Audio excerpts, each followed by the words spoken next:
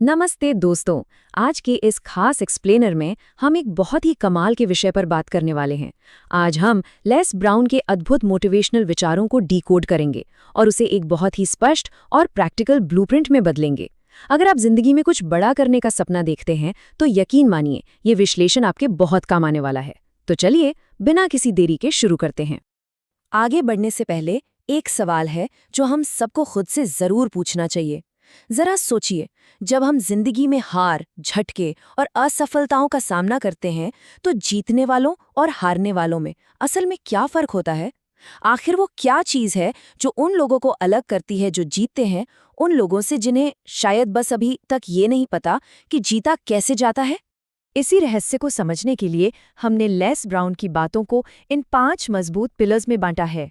The power of possibility, the necessity of action, taking personal responsibility, embracing the hardships और अंत में making it worth it.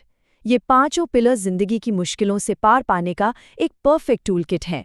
तो शुरुआत करते हैं हमारे पहले पिलर से, द पावर ऑफ पॉसिबिलिटी। आप इसे सफलता की चाबी या मेंटल अनलॉक कह सकते हैं, क्योंकि जब तक आपको ये विश्वास ही ना हो कि कुछ संभव है तब तक आप सफर शुरू ही नहीं कर सकते। इसे एक उदाहरण से समझते हैं। 1954 से पहले पूरी दुनिया और यहाँ तक कि विज्ञान का भी यही मानना था कि किसी भी इंसान के लिए 4 मिनट से कम समय में 1 मील दौड़ना असंभव है, कोई चांस ही नहीं।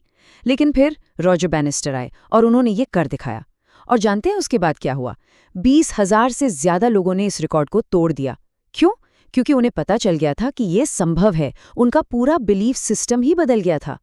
और यही बात आईसाइट यानी बाहरी नज़र और माइंडसाइट यानी मन की नज़र के बीच का फर्क बताती है। लेस ब्राउन के शिकागो के 2 बेरोजगार दोस्तों की कहानी इसका बेहतरीन उदाहरण है। दोनों बिल्कुल एक जैसी स्थिति में थे। एक ने बाहर की खराब अर्थव्यवस्था को देखा, हार मान ली और अपनी आंखों से दिखने वाली निराशा को सच मान लिया, जबकि दूसरे ने अपनी माइंडसाइट का इस्तेमाल किया। वो बिना थके एक कंपनी में मुफ्त में अपना समय और सेवाएं देता रहा और आखिरकार उसी कंपनी में टॉप मैनेजमेंट की जॉब हासिल कर ली। अब आते हैं दूसरे पिलर पर, द नेसेसिटी ऑफ एक्शन। सिर्फ ये मान लेना काफी नहीं है कि कोई काम संभव है। आपको जिंदगी की अर्जेंसी को समझना होगा और तुरंत कदम उठाना होगा। बचपन से हम सब सुनते आए हैं कि आवश्यकता आविष्कार की जननी है, लेकिन लेस ब्राउन इसे एक बिल्कुल अलग नजरिए से देखते हैं।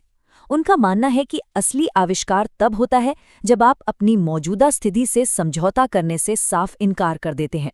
जब अंदर से ये आवाज आती है कि मुझे इस हाल में नहीं जीना, असल में एक्शन तब शुरू होता है। जिंदगी में तुरंत एक्शन न लेने का क्या अंजाम हो सकता है, ये मैरियन की कहानी बहुत ही भावुक तरीके से बयां करती है। मैरियन एक बहुत ही टैलेंटेड राइटर थीं जिनका अचानक निधन हो गया। जब उनके अधूरे कागजात देखे गए तो पता चला कि वो अपनी बेहतरीन कविताएं और शानदार नाटक हमेशा के लिए अपने साथ कब्र में ले गईं। वो दुनिया के सामने कभी आ ही नहीं सके क्योंकि उन्होंने एक्शन लेने में हिचकिचाहट दिखाई थी। हमारी क्षमताएं यूं ही बर्बाद न हों और हम महानता से भागने के बजाय एक उद्देश्य के साथ जिएं, इसके लिए हमें खुद से लगातार ये 3 बहुत ज़रूरी सवाल पूछने होंगे। हम कहाँ रहे हैं, हम यहाँ क्यों हैं, और सबसे ज़रूरी, हम कहाँ जा रहे हैं। और यहीं से हम पहुँचते हैं तीसरे पिलर पर, टेकिंग पर्सनल रिस्पॉन्सिबिलिटी। ये हिस्सा सफलता की पूरी जिम्मेदारी किसी और पर नहीं बल्कि सीधे आपके अपने कंधों पर डाल देता है। जरा इस स्थिति के बारे में सोचिए। जब लेस ब्राउन ने स्टेट रिप्रेजेंटेटिव का चुनाव लड़ा तो उनके सामने एक ऐसा उम्मीदवार था जिसके पास $20,000 से ज्यादा का फंड और पूरे समुदाय का सपोर्ट था। और लेस ब्राउन, उनके पास $800 से भी कम थे और कोई राजनीतिक सपोर्ट नहीं था। ये साफ दिखाता है कि जीवन में इंसान को शुरुआत वहीं से करनी पड़ती है जहां वो खड़ा है और उन्हीं चीजों के साथ जो उसके पास मौजूद हैं। और उन्होंने हार नहीं मानी, अपनी रचनात्मकता का बेहतरीन इस्तेमाल किया। पैसे नहीं थे तो उन्होंने अपनी माँ की आवाज में एक बहुत ही भावुक रेडियो विज्ञापन रिकॉर्ड किया, जिसमें उनकी माँ कह रही थी, प्लीज मेरे बेटे को वोट दें, वो एक अच्छा लड़का है। इस एक कदम ने पूरा चुनाव पलट दिया। ये साबित करता है कि अगर आप खुद जिम्मेदारी लेते हैं तो आपकी रचनात्मकता पैसे और पावर से भी कहीं आगे निकल सकती है।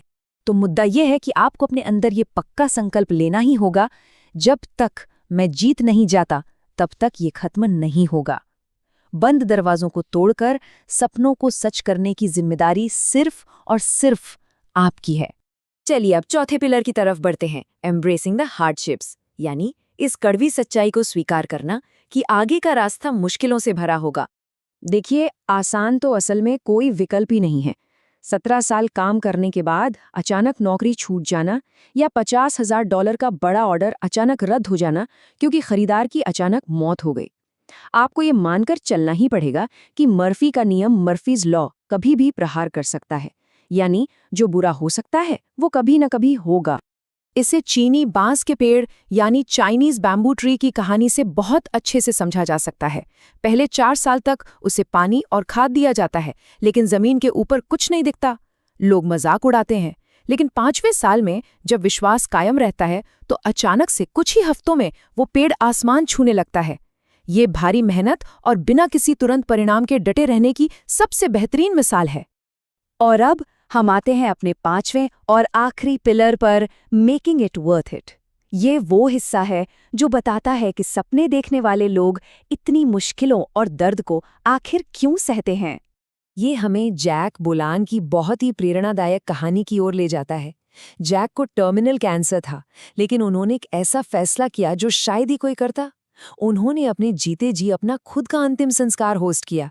जी हाँ, ताकि वो अपने परिवार और दोस्तों की श्रद्धांजलि सुन सके और अपनी जिंदगी के असर का जश्न मना सकें। जैक ने अपनी इस सच्चाई को स्वीकार किया, लेकिन उन्होंने हार नहीं मानी। उनका कहना था, अगर मेरे पास ज्यादा समय नहीं बचा है तो मैं अपनी आखिरी सांस तक जीवन का आनंद लूंगा। उन्होंने हर पल को पूरी तरह जिया।